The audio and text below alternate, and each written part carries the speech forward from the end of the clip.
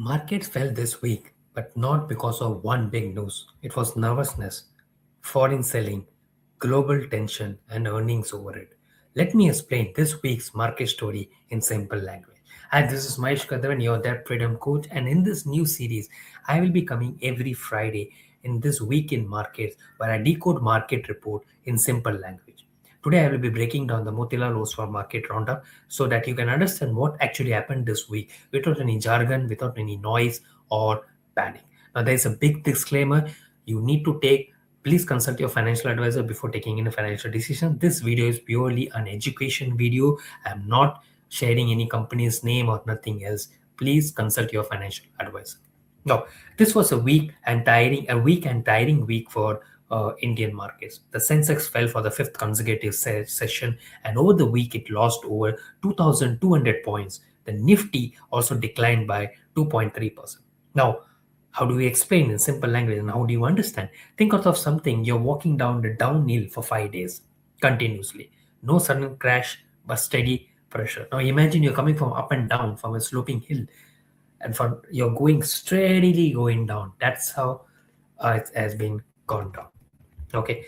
Now, why did market fails? The report clearly mentioned the four reasons behind this weakness is that the first, foreign investors continued selling.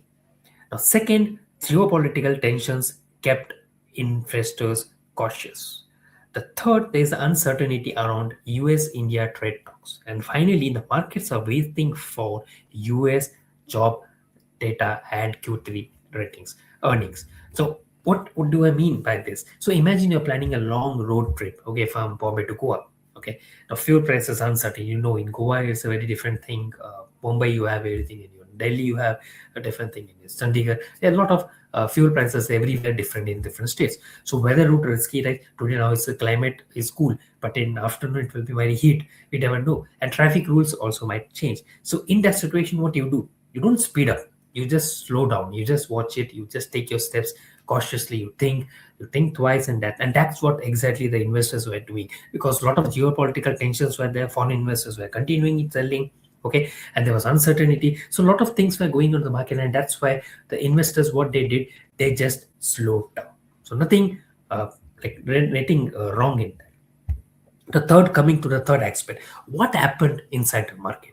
Now, this wasn't a fall in just one or two stocks. If you see, selling was a broad base. So anyone who is tracking the stocks, you might be seeing that difference. Okay, that pattern. So every one stock that went up, the five stocks went down. So most sectors, like if you mention, for example, autos, metals, banks, farmers, were under pressure. So it's like a classroom result. Okay, for example, you have a handful of students passed. Why? The subject was very easy. That's why the students are passed. So it might be the case that students were not studied that particular subject. So even if a few did well, the overall result look weak, because if you have the quantity of, like, say for example, you have 100 students in one standard and they are appearing for this thing, and only 35 students have passed, that means only a handful of students have passed, which means that overall result of that 45-60 people is gone down. Right? This is what happened in the market. So it's not that one or two stocks, it has been broad based. So don't think that your stock has fallen, you have said the stock that you have fallen. No, that's not it. Okay, now coming back to the last thing, any positive area? Yes, select some different stocks showed some relative strength, but for the reason I don't know, because I am not tracking any stocks. Right, the report, if you're tracking, you can just, or you can stock advisor, you can ask your stock advisor as well. The report attributes that the expectation of higher defense spending is that's the one reason, and also the better also variability. Okay, now this is all speculations, we don't know, the reports only suggest that, but data, I don't have a data, nor the data have been shown by the report as well. So when most of the cities facing a power cut, now again understand this concept, a few buildings will be having a backup generator. Like if you have an old building which is built in the 80s, 70s and 90s, you might don't have any backup generators, but now if you see a high-rise buildings, they have backup generators. So defense of stocks are those buildings this week.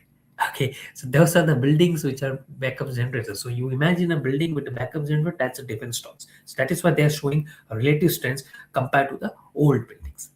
Now, very important signal, and I'm sure you might have read the news also. SIP and mutual fund data, systematic investment planning and mutual fund data.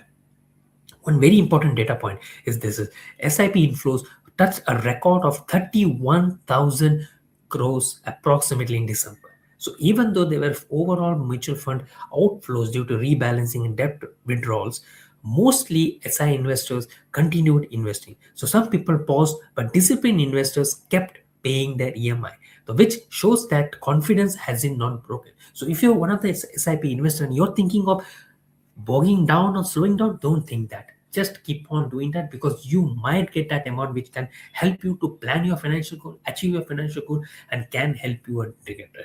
But always remember, you need to check with your financial advisor to review your portfolio and check that decision. Okay, this is the overall thing which I have shown to you. What is global market context in terms of these things?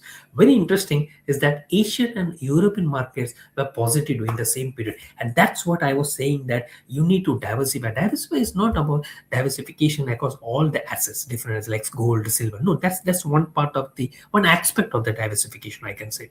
The other part of diversification is that you need to explore the other markets outside Indian markets. What are the Singapore markets? Are there the Nikkei? The Japan market is there.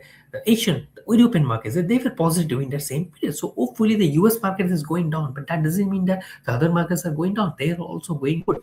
So still the Indian market self-fed, but the Asian and Europe markets were going up during that period. So this is like, for example, a simple example, your neighbors. They're doing fine. But if your house at the end issues, your focus will be on your house, not at the neighbors, what is happening in neighbors family. Hope that is you're able to resonate with that, right? So this week's was driven by sentiments, and I will be sharing with you one thing, which is like it's one of the video, sorry, the presentations, what I wanted to share with you. So the key drivers, if you see the persistence, what I told you, foreign investors were selling geopolitical tensions, uncertainty around US Indian trade stocks, cautious sentiments ahead of US job data in Q3 earnings, and Sensex failed for the fifth consecutive session.